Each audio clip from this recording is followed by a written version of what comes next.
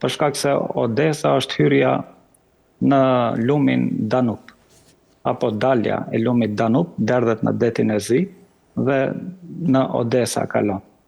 Dhe nëse Rusia arrin që ta marrë Odesën, kjo do të nënkuptoj se Serbia do ta ketë lidhjen lundore nëpërmjet lumit të drejt për drejt prej Serbie deri në Rusi. Dhe është shumë e rëndësishme për interesa strategjike që të shpëputet Serbia nga dominimi i perëndimit, që Odesa të hyjë nën orbitën e Rusisë, apo nëse mbetet nën orbitën e Ukrainës, atëherë të ketë marrëdhënie të mira me Ukrainën.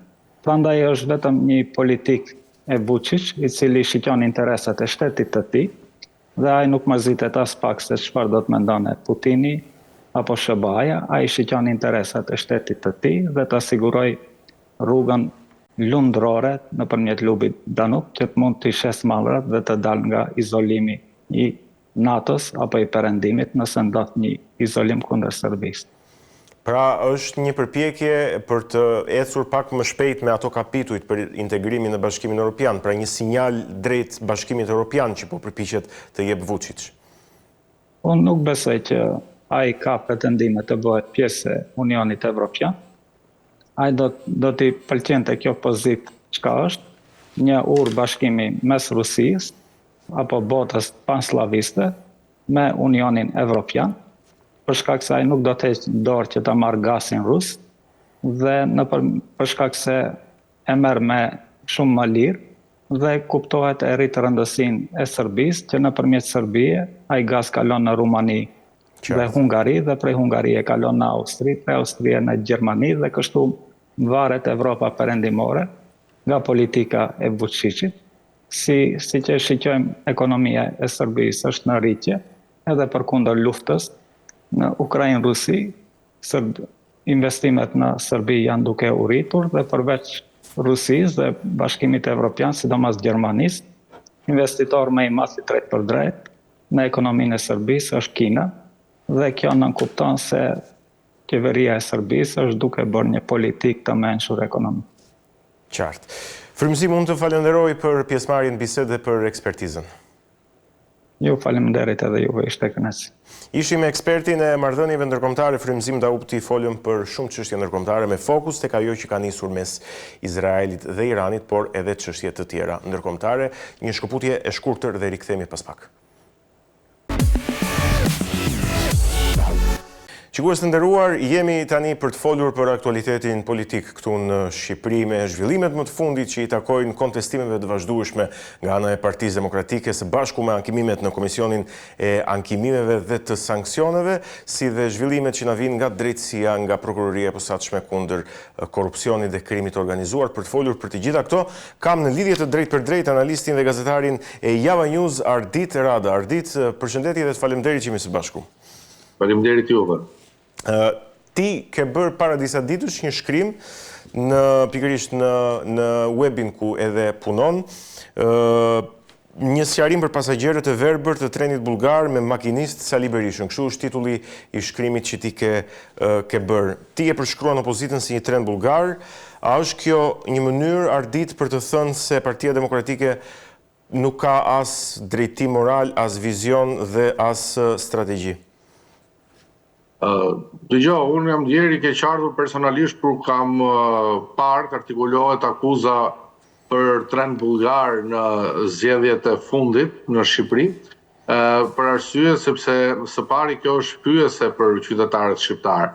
Pra presupozohet sipas Berishës që 300.000 qytetarë kanë shitur votën, dhe këtë tani e kanë bërë edhe përmes këtij mekanizmit ku marrin një flet plotësuar edhe kthejnë mbrapsht tek personi përgjegjës jashtë qendrës votimit një flet boshe që ai ta cikloj pra me njerëz të tjerë dhe të arrihet një rezultat. Së pari është ndjehemi keqardhur sepse nuk ka logjik që mund ta pranoj këtë lloj mekanizmi, aq më tepër kur denoncimi vjen për një kuti të Peqinit, pra një kuti e një fshati në Peqin ku ka 40 votues apo 50 votues, pse do të ishte nevoja që të bëhej kjo. Së dyti, është pjesa që Berisha fyen gjithashtu edhe mbështetësit e tij. I bie që demokratët jenë shitur, të kenë planuar të shiten përmes trenit bullgar, përmes kësaj skeme. Së treti nga ana teknike, nëse këto ndjekës do të ishin fanatik ndaj Berishës, mirë po kanë qenë para presionit apo joshjes për para, atë fletën e plotësuar që dikush për jashtë ata jep me një kryq për Partinë Socialiste, mund i vendoste një kryq të dytë, të tretë dhe të nxirrte të pavlefshme fletën. Nga ana tjetër, treni bullgar nuk është faktuar që ka ndodhur ndonjëherë as në Bullgari. Ka pasur akuza në zgjedhjet e para elektorale të Bullgarisë mbas përmbysjes së sistemit komunist. Ka pasur akuza në zgjedhjet e 2009-s, se në zgjedhjet e 2009-s në Bullgari se është përdorur fenomeni trenit bullgar në zgjedhjet për Parlamentin Evropian në Bullgari. Por nga gjithë vëzhgimet dhe nga gjithë analizat që janë bërë atje në atë vit, ka dalë se mund të jetë përdorur në 2000 raste dhe jo më tepër. Tani llogaritë kur Bullgaria i ndodh në 2000 raste nëse i ka ndodhur, se s'është e faktuar, me sa milion votues ka më shumë se ne, si mund të ndodhte këtu tek ne një fenomen i tillë. Dhe askush nuk pa nga këta jashtë qendrës votimit të personin që merrte fleta edhe jepte fletë votimit. Ne do shkojmë tek treni bullgar, por dua të qëndrojmë edhe pak tek pikërisht kjo akuzë e opozitës për mazhorancën, sipas opozitës për përdorimin e kësaj metode. Çfarë synon, po themi, kreu i opozitës Ali Berisha duke bërë këtë denoncim, pra duke e përdorur trenin bullgar si një akuzë ndaj mazhorancës për zgjedhjet, për manipulim? Po spari duke sjell këtë mekanizëm të vjetër dhe të harruar nga debati politik, kërkon të magjeps ata mbështetësit e tij edhe të thotë që ja e zbuluan pra një mekanizëm të jashtëzakonshëm, por këtë parashikim ose këtë evidentim mund ta kishte bërë para zgjedhjeve dhe t'i bënte nder.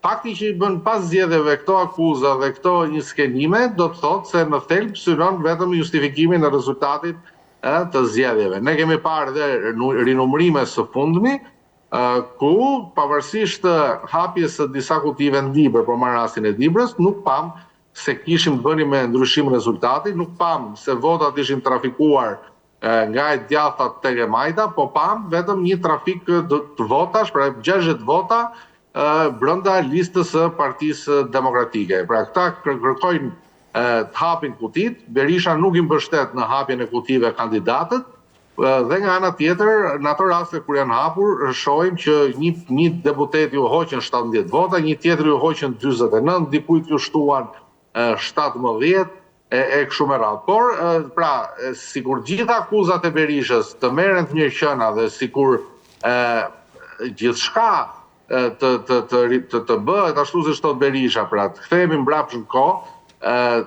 ndryshimi nuk do kemi ndryshim rezultati, sigurisht do kemi një lloje të procesit zgjedhor, por që viktimat në fund fare nuk do jetë sërish opozita dhe komisionerët cilët kanë miratuar proces verbale të tilla, derisa të faktohet më pas nëse i kanë bërë qëllimisht apo kanë qenë gabime njerëzore. Shumë shkurtimisht nëse po e vijojmë simbolikën e trenit për të portretizuar opozitën me makinistë siç e shkruan ti tek shkrimi yt vet Sali Berishën, ku të shpije ky treni? Po praktikisht vetëm në përçarjen e Partisë Demokratike mund të shoj, edhe në zërat kundër leadershipit edhe rrështimin e të pakënaqurve brenda radhëve të opozitës. Ne shohim që sot në 50 mandate që ka marrë Berisha, më komodët janë aleatët cilët në thelb nuk kanë asnjë lloj kontributi dhe asnjë lloj elektorati mbrapa, por që Berisha u dha mandatet sigurt në listat e mbyllura.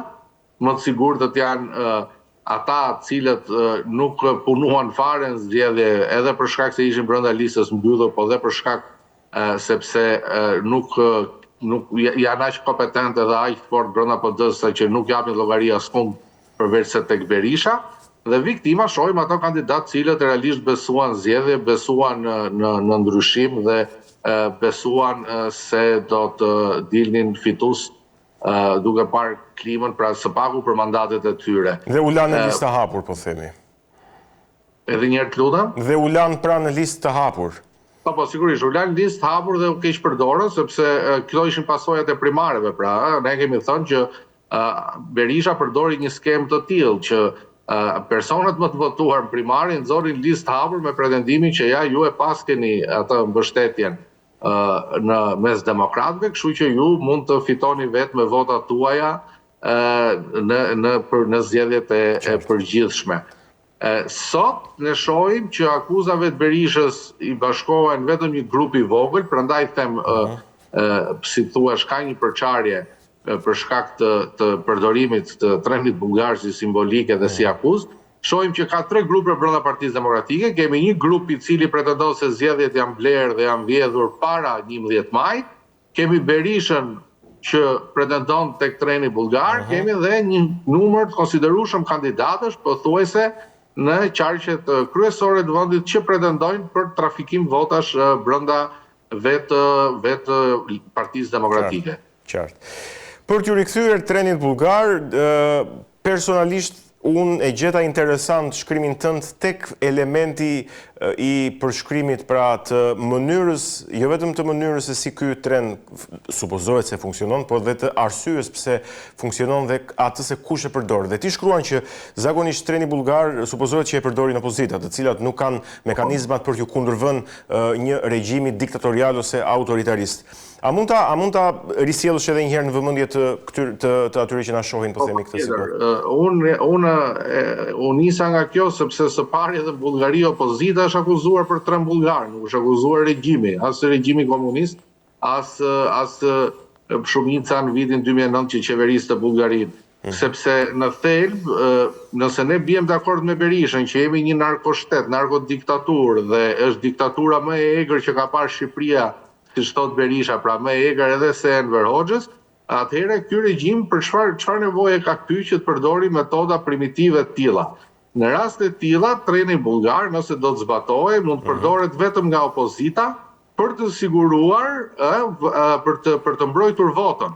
Pra, ja jep votën mbështetësve të saj, të paraplotësuar me qëllimin që komisionerët më pas kur të mbërrin qendrën e votimit mos e manipulojnë dot, mos i bëjnë dot presion për shndrimin e votës apo për të mos e hedhur votën e paplotësuar dhe më pas manipulohet nga grupet e numërimit.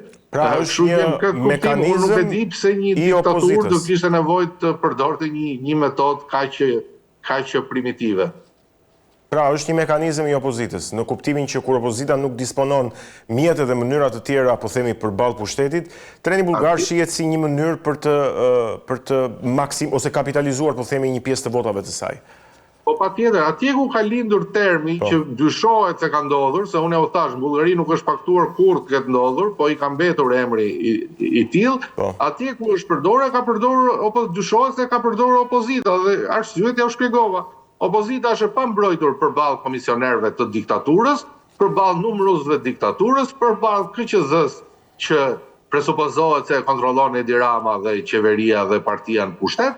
Në këto kushte, për të siguruar, për të mbrojtur votën e tyre, nga grupet e numërimit dhe nga komisionerët u jepet militantëve ose mbështetësve të saj, u jepet fleta e plotësuar për ta hedhur në kuti së paku në favor të opozitës. Qartë. Tani, ti nga informacionet që ke, besoj nuk je ndjenitur në një rasti kur, po themi, vetë opozita, vetë Partia Demokratike mund të ketë përdorur këtë metodë ose metodat të tjera të ngjashme, gjithmonë flasim të jashtëligjshme, për të përballur, po themi, me Edi Ramën në zgjedhje, apo jo? Se e di pse ta bëj këtë pyetje, se gjithmonë kemi folur për qeverinë që manipulon zgjedhjet, por nuk e di nëse ekziston edhe rasti kur opozita mund të ketë përdorur metoda të tilla. Unë do t'i pyesja qytetarët, ashtu siç bën Berisha apo njerëz pranë tij, nëse do t'i akuzoja se ka ndodhur fenomeni i trenit bullgar, qoftë edhe mes demokratëve. Rinumërimi dhe ato pak vota që po dalin paktën në Dibër, se ne presim dhe Tirana dhe Fierin javës tjetër, tregon që nuk ka patur fenomen tillë, por mund të ketë pasur marrëveshje mes komisionerëve për të quajtur votat e pavlefshme si të vlefshme, apo dhe ndonjë rast me ndërhyrje drejt për drejt nga kandidati për t'i maksimizuar votat. unë di, mbaj mend për shembull që treni bullgar për herë të parë është përdorur në 2005 në Shqipëri, si qarkullonte fjala se u përdor nga opozita e asaj kohe që ishte Sali Berisha, dhe që arriti të fitoj mbi Fatos Nanon, por unë nuk dua ta anatemoj fitoren e Partisë Demokratike në 2005, sepse së pari ja u thash nuk u faktua as në atë kohë që u përdor kjo metodë. Së dyti nuk u njihte me këtë emër, vetëm mekanizmin dinim se si funksiononte, por nuk u njihte si tren bullgar. Dhe së treti, në atë kohë Partia Demokratike kishte ngritur një frymë të mjaftueshme për ta justifikuar fitoren përballë qeverisë së Fatos Nanos. Ndërsa sot unë habitem se nëse ky fenomen ka ekzistuar. Pra, askush nuk ka pikasur personi që bënte këtë të qarkullimin e votës, qoftë edhe në një rast të vetëm, dhe nuk besoj se ka ndodhur dhe për arsyen sepse këto zgjedhje kanë pasur prezencë shumë të lartë, jo vetëm vëzhguesish, edhe vëzhguesish pavarur apo të partive politike, por ka patur dhe task forcën e BKH-s edhe të SPAK-ut në terren. Kështu që në mos dhe një rast dhe një tjetër do pikase dikush që po e bënte këtë punë. Po kam përshtypjen Ardit që ka edhe një arsye tjetër për të ndoshta për të vënë në dyshim akuzat e opozitës, dhe është fakti që të ndodhë treni bullgar do duhet që komisionerët e PD-s të mbyllin një sy, po themi. Dhe kjo do të ishte një bumerang i fortë, kam përshtypjen për opozitën. Jo, ne marrim mirë qenë që komisionerët nuk e shohin fare këtë personin që fut fletën në xhep edhe hedh një fletë tjetër. Problemi është që Berisha me këto denoncime që po bën, edhe me këto rinumrime kutish që po ndodhin për shkak kandidatëve të Partisë Demokratike se nuk kanë besim tek vetja e tyre, tek partia e tyre, në fund fare do marrim qafë komisionerët, të cilët ja u thash qoftë edhe për gabime njerëzore, se kur shef që lëvizin me 10 vota, me 3 vota, nuk besoj se bëhet fjalë për vjedhje